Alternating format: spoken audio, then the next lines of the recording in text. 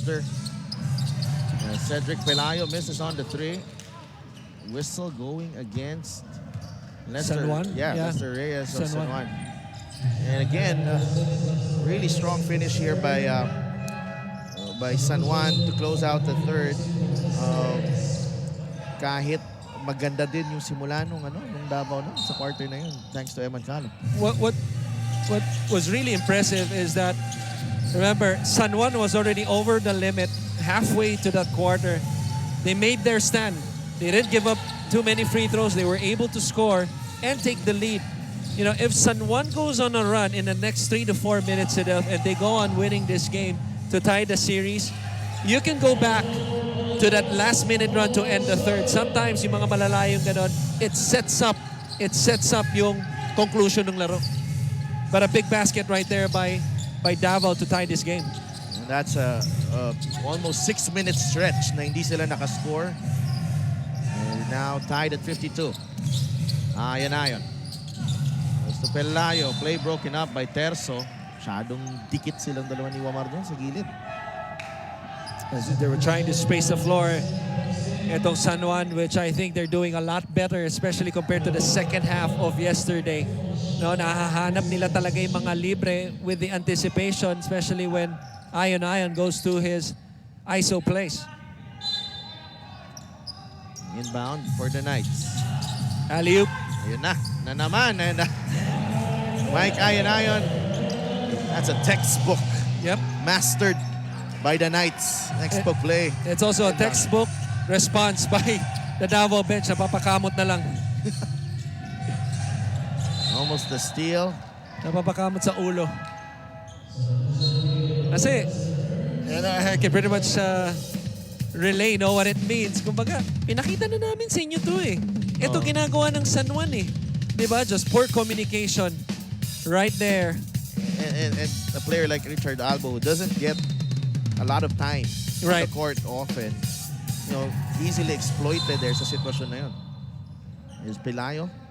Whistled for the foul on Bonbon Custodio. JFM Heavy Equipment Parts and Supply. Happy 3rd anniversary sa inyo. Si Boss Poloy. Napabati yan ni Bonbon Custodio. Here's Bonbon. Size 13 daw? Size 13 daw. Tama. Here's Bonbon against Clarito. Bonbon runs into Jonard and the offensive rebound goes to Billy Robles. And ball will stay with the Davao Occidental Tigers. Happy birthday as well to Miss Gia Gastador of Novali, and hi to Jamie Averna, Jamie Jingay, Bingo, Red Nike, and Junto of mga pamilya ni Boss John Usman of San Juan na nandito ngayon sa bubble. How about the lineup here by San Juan, Sidel? Not a big man, not a single big man here. Jonald Carrito playing center. Bakit? Bakit daw? Sabi ni Ayon, kayang-kaya ko naman kahit walang sentro. Minama yung depensa doon. Well, he had that, he has 12 points now, pero parang pagka-drive niya doon, may konting gap lang na hindi sa muna gumalaw. That really was enough to hold off the defense. Robles, naagaw ni Pelayo. And Clarito and Robles staying behind. Wamar is rejected. Now, Davao has to be careful here, Sidef, because San Juan is baiting them to play one-on-one. That is not Davao's game. Davao's game is creating mismatches of ball screens, waiting for the defense to commit a mistake. Now, dahil maliit nga yung lineup, pero pinasok na ngayon si Tahonera, tendency talaga ng opensa is, puntahan yung mga mismatch which bumabagal yung opensa mo. Here's John Wilson, pulls up. Pasok yan, John Wilson. Quick start for the Knights. Just shoots over him. 58-52. If it was any other player making this shot, it would have been a tough shot. But for John Wilson, our front MVP runner. So ang San Juan Knights go for gold. They are ahead by 6 with 7:39 remaining. And this game, Sidav Tupas kasama si Coach Christian Luanzon bringing you the action from the MPBL bubble in Subic. Maraming salamat po sa SBMA, kay Sir Vince Dizon, Secretary Francisco Duque, and Regional Task Force Chairman Teresa Escolano, and then new Chairman Shelby Ruiz, Attorney Wilma Isma, Chairman of SBMA. Salamat po sa pag-host niyo sa amin dito. 8-second violation. Wow. For Bonbon Custodio. I'd like to thank Chicks to Go, nag-iisang manok ng bayan, Coach Christian. That has to be a huge concern, Right. if you're Davao. And how about CJ Isit and Orlan Romao? Not staggering numbers across the board, no, especially from a scoring point of view, but their impact in this game, especially in the second half, has been very evident. Both has a combine of 7 rebounds, by the way. Yesterday, close to non-existent yung dalawang yan. You know, Orlan Wamar, you can say he pretty much started this run, especially the way he ended the third quarter with that buzzer beater. Right there, as you know, 7 minutes into the fourth, forcing an 8-second violation. You know, just the small things that can make a big difference sa laro. They go to Ion. And this is about an 8-minute stretch na 2 points lang itong Davao. Ion, na-kick out Tajonera, libre si Wilson. 3-pointer, wala. Tapik, napunta. He had a chance to get it. Kay Billy Robles, yeah. Side ball screen. Terzo. Here's Marquis. Bonbon Custodio. Now with Yi. Good close out by Tajonera. Umatake si Marquis. Wala pa rin. Robles with the offensive rebound. Short stab. No good. And it's off the foot, of the knee of John Wilson. Ball will stay with Davao. Yeah, clearly a struggle offensively, but gotta give credit sa depensa nitong Davao.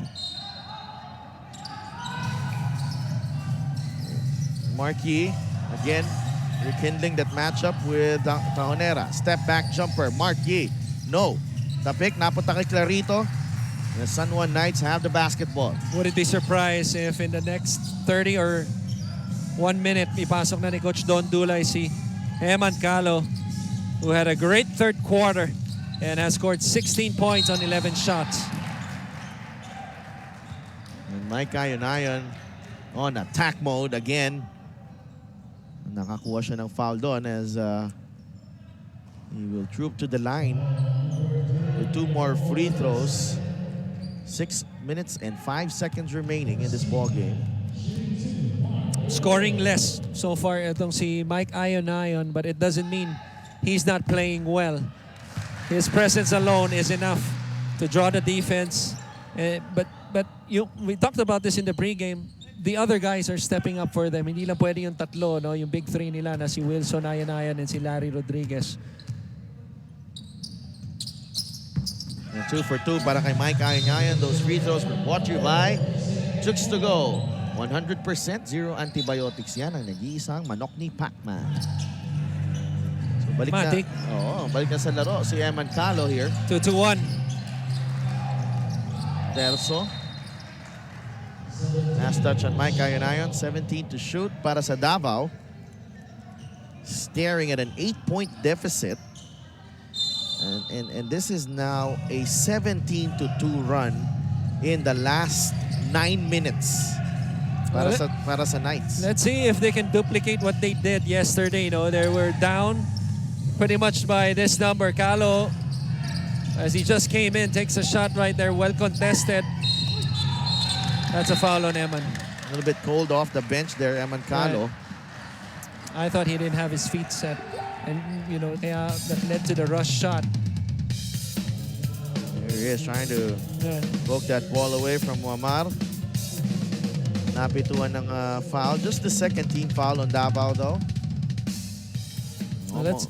Almost halfway through this final period. Well, let's see if Davao has learned from their mistake yesterday. If yung tinatawag, sounds cliche, pero yung killer instinct na tinatawag to put this team away as they're up by 8. If they could stretch this to 13 at the 13-minute mark, could be over. Thank you to the Subic Bay Metropolitan Authority. I love fantastic Subic. Oh, steal by Yi. Bad pass by Muammar. Yi leading the break. Yi is fouled. Block from behind from Clarito, preventing a possible three-point play. That is a difficult pass to make. You know, the one that Muammar just made led to the fast break right here by Mark Yi. Apat na ang foul. Mike Ayonayon.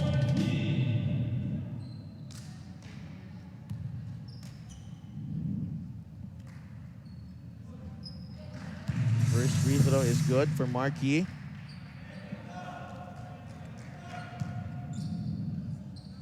From 60 to 53. And you have to remember yesterday, Davao was also down by 8 with 2.5 minutes remaining in regulation. Pretty much the same situation. And somehow was able to force overtime. Here's Ayonayon against Eman Calo.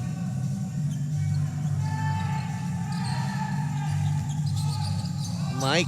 Oh my goodness. 2 turnovers here for the Knights. Mark Yi umatake. Again, a foul. Just two deflating plays really as a coach to see not only have a chance to attempt, as you see Mark Yi has a big, I have 3 boys, so boo-boo has a big boo-boo on his forehead. See right there, that's just a veteran move right there, creating contact without even committing an offensive foul, using his elbow. I don't know how he does it. But San Juan, it's a concern. The last 2 possessions, Sidelf, not only hindi sila naka-attempt, but the way they turned the ball over. The way they turned the ball over. Kaya ipapasok na ngayon si Andoy Estrella to boost yung offensive firepower ng backcourt nitong San Juan. Let's see if it can make a difference. 2 for 2 para kay Marquis. Got 13 points. Eric Viclar, happy viewing. Rafer and Kino family from Daet Camarines Norte. Tropang Adobo sa Asin watching from Albay. Roger Montalvo watching from Bacolod. And there is a foul sa pagtawid na yon ng backcourt. Only their 3rd team foul, but again, similar to the 3rd quarter, Sidelf, halfway, San Juan, over the limit with under 5 minutes remaining.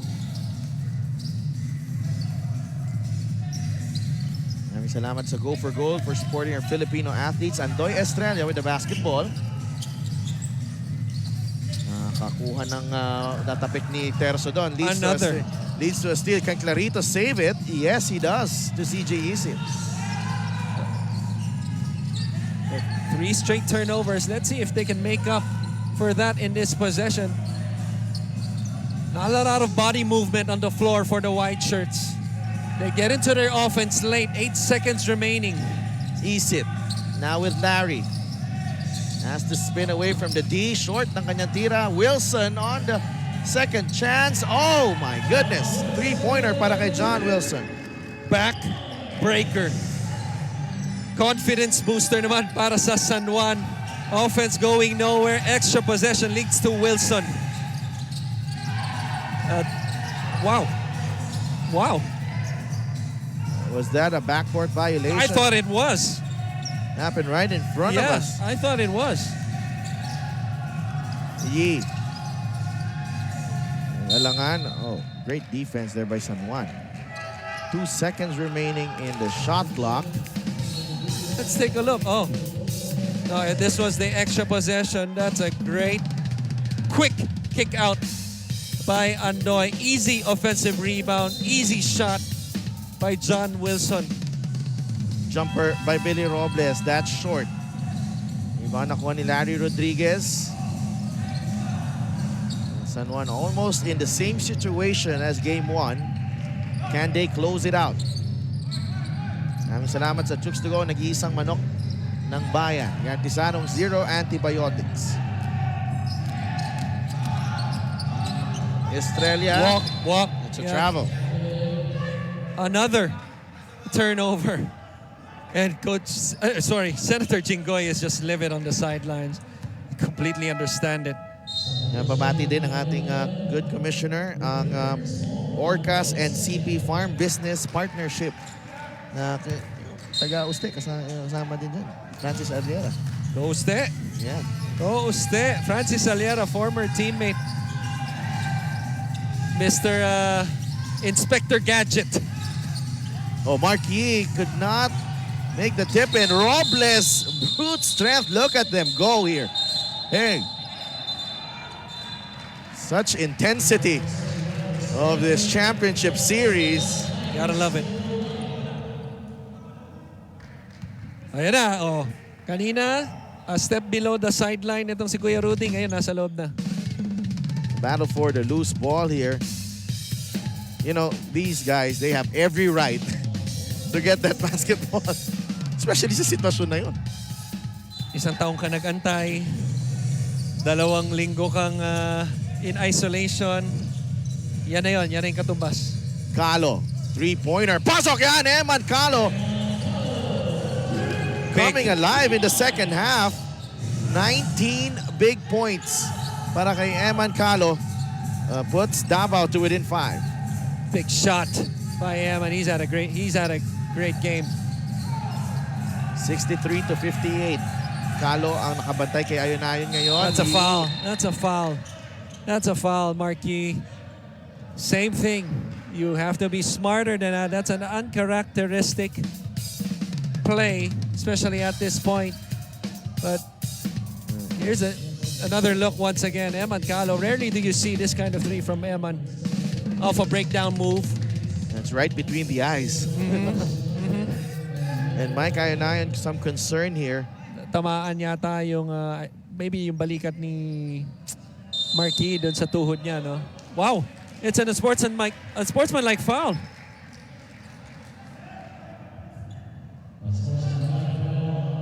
Wow, what a development. That's his second foul. 14 foul for Davao Occidental. This is an interesting call. It's a big call considering the point kung saan tayo ngayon sa laro natin. Yeah. Hip check. That is an unsportsmanlike call. It's a hip check. It's a hip check. But it's still an interesting call, especially at this point of the game. I'm not saying it's the right call. I don't want to say it's the wrong call. It's just an interesting call to make. Mintis ang unang free I don't throw. know if I made sense. Mahala na sila umintin. Right. But yeah, 64 to 58 after the split at the line para kay Mike Ayon-Ayon.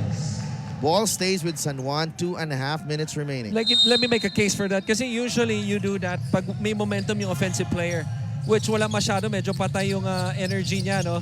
Ni Ayon-Ayon. Wilson is open for three. No. Rebound, Eman Calo.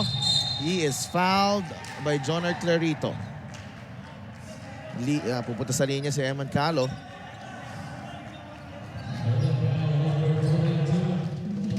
And what an opportunity here for Davao to get 2 points. Right. Walang sayang sa oras. Right. Yung paa. Wow. Tough to say, even sa replay, minsan hindi mo alam kung... minsan ang galing na rin kasi umarte ng mga player ngayon eh.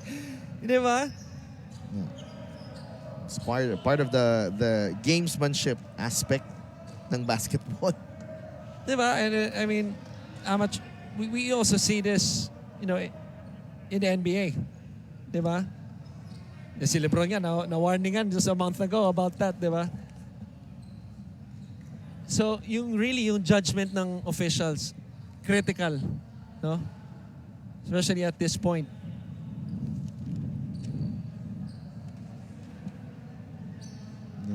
Our officials discussing things here. And we've got several delays in this ball game because of some very important calls na kailangan nilang pag-usapan. So clearly a foul on Jonar Clarito. 2 foul shots para kay Eman Calo.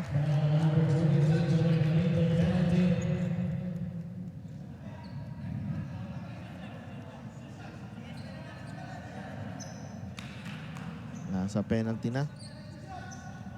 Ang parehong kupunan. There has to be a thin line when I understand that the instant replay helps a lot, no?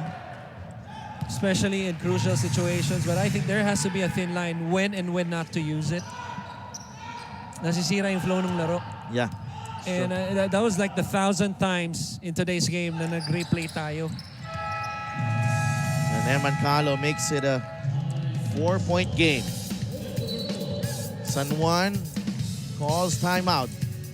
2 minutes and 26 seconds remaining in the ball game. 64-60 for the Knights. They will have the ball when we return. Anong bagong kape ng bayan? Pacquiao Coffee. Pacquiao Original Blend 3-in-1 Coffee. Lasa ng bagong pag-asa. Hi mga kaliga, ako pala po si Marky ng Davao Occidental Tigers. Nagpapaalala po sa inyo na palagi po tayo maghugas ng kamay, gumamit po ng alcohol para ho makaiiwas tayo sa virus at saka maprotektahan po natin yung mga kamag-anak natin, lalo na po mga ibang tao. Maraming salamat po.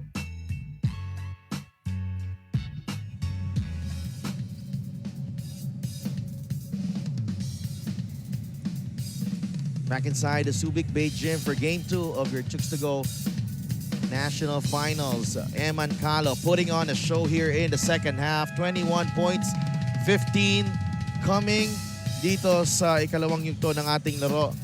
And these are big shots, Coach Christian, that has kept Davao in the thick of the fight sa ating Game 2. Where would Davao be kung wala yung mga baskets niya, no? The timely basket, especially the last one. They were down by 8. You know, if he didn't make that, San Juan could have rallied to be up double figures. Pwedeng tapos na eh. Pero ngayon, 4-point game.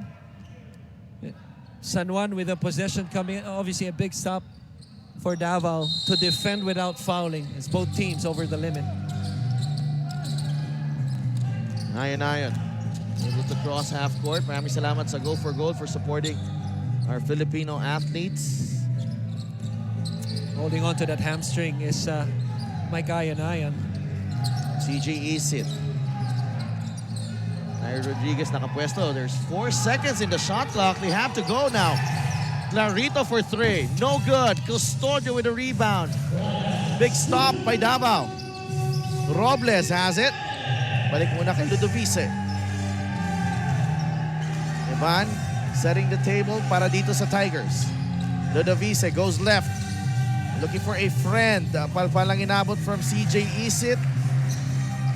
And the Knights regain possession with 1 minute and 30 remaining.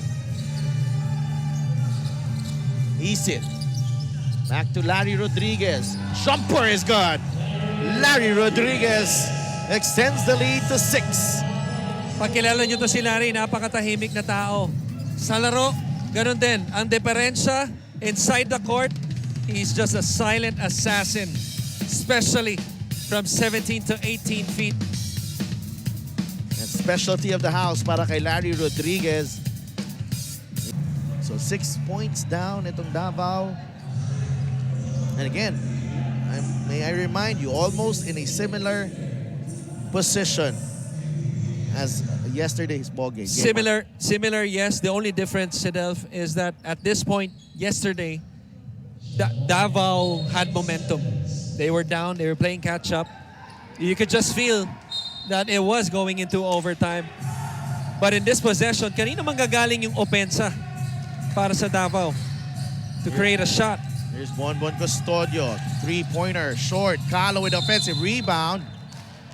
And he has been just all over the floor. Itong si Eman Calo. Whether on the ball or off the ball, can't be happy if you're Coach Randy Alcantara, because that's the reason why pinasok after the timeout etong si Cedric Palayo, not only to defend but also get the defensive rebound, which he failed to do there. Eman Calo at the line. 21 points in the ball game. Pasok ang una. I think that 22. And doing it at such a very efficient rate as well, no? Medyo hindi Perfect kahapon. hindi maganda yung hindi masyadong matagal ang kanyang time on the floor. Right. But nonetheless, making the most out of that. Bonbon Custodio is replaced by Terzo para sa depensang ibibigay nitong na Davao Occidental Tigers. Mocon is also back on the floor. O, tignan natin kung kayang bawian nitong Davao ang San Juan. Kung makaagaw sila dito sa full court. Kahapon, may mga couple of turnovers ang Davao sa crucial part ng laro. Oh, that's a foul. That's a foul. On Eman Calo. Yeah. I don't think he realized na nandun si Clarito as soon as apat na si Eman Calo. He was expecting the contact. Clearly.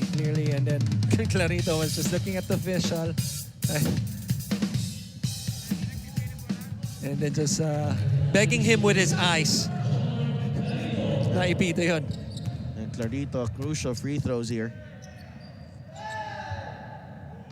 Free throw shooting contest to be expected, no, in the last minute and 13. Especially for San Juan, they should expect this. The important thing enough is they should be strong with the basketball. Yung mga ganitong part ng laro.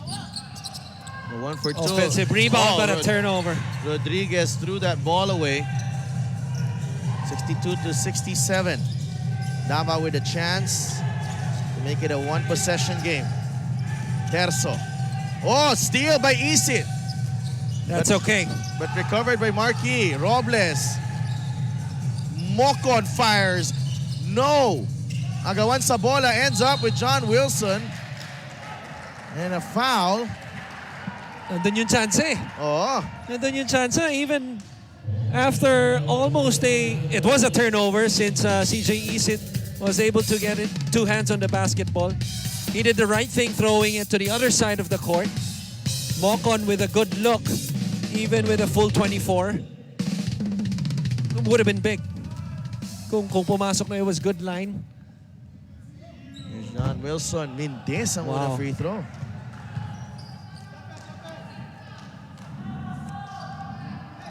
Yeah, John Wilson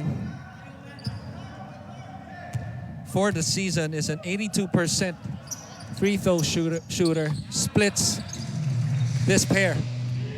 68-62, 46 seconds remaining. Two possession ball game still. Calo has the basketball. Isit. Oh, the block. Blocking foul on CJ Isit. Calo is 8 for 8 in this ball game from the free throw line. He was 9 of 9 yesterday. Right. So perfect in this series so far.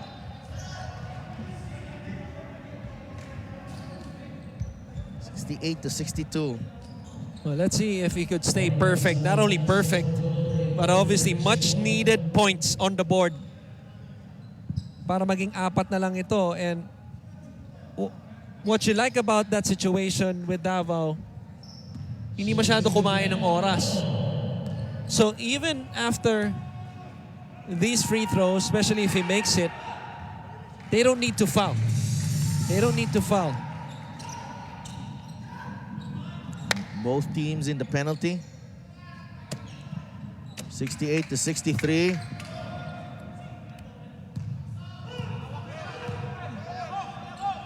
They don't need to foul. So I expect si Coach Randy to call a timeout. Yeah, he has two more. Yeah, two more. There's one left. One timeout left. 68-64. 38.4 seconds remaining.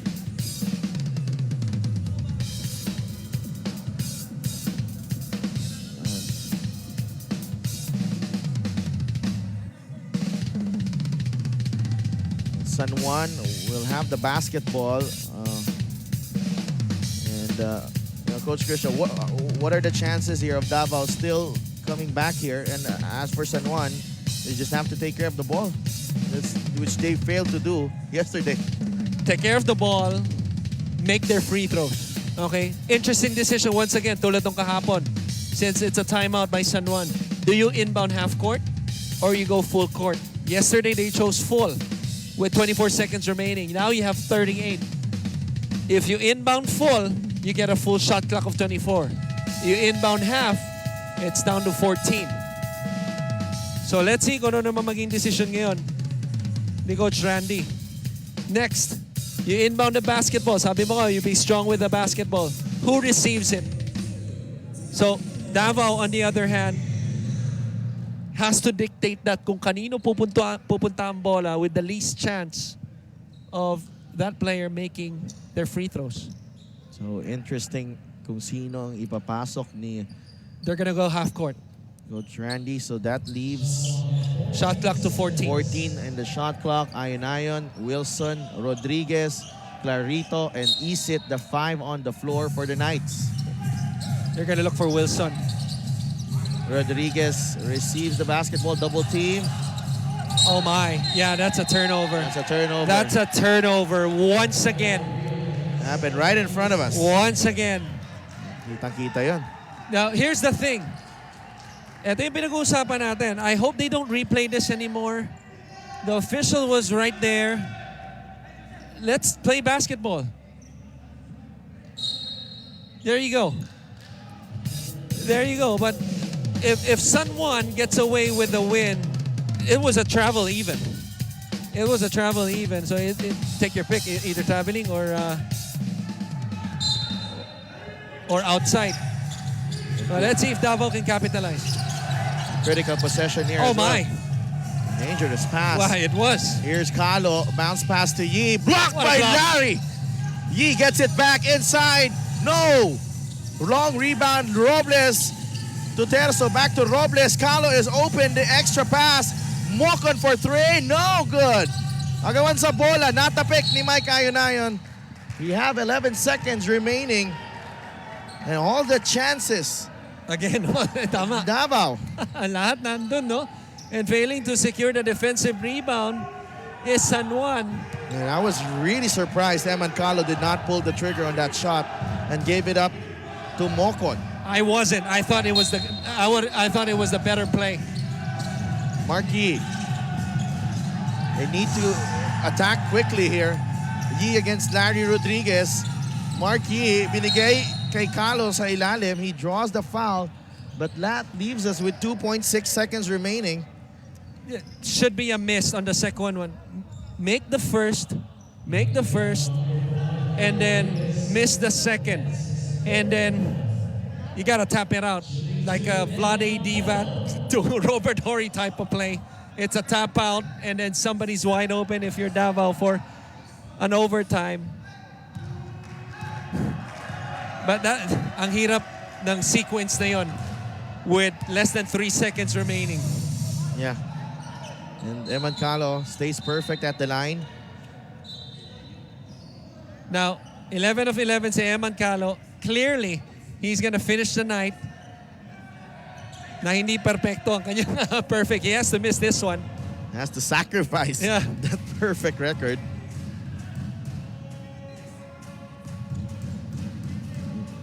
If you're San Juan, don't just go for the rebound. Make sure lalabas ka rin. Oh, he missed. Yon.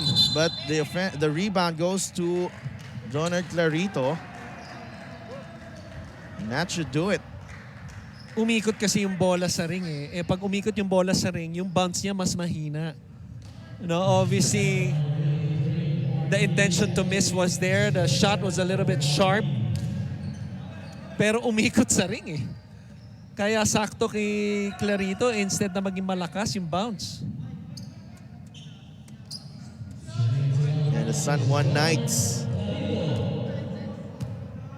about to tie the series at 1 game apiece. Jonard Clarito, 4-point game now. That's it, obviously. But this is not a win is a win, no? But mga coaches, they always look at the big picture. And this was a miserable win, so to speak, para sa San Juan because of the turnovers that they committed. Mga 5 sa bilang ko in the last 4 minutes. No, and that's not the way to finish, no, especially if you want a repeat of the championship. Nonetheless, a big win You A chalk it win up. is a win. A Yeah. win is a win. Chalk it To up. tie it up. Yeah. A big win to tie the series, 70-65. And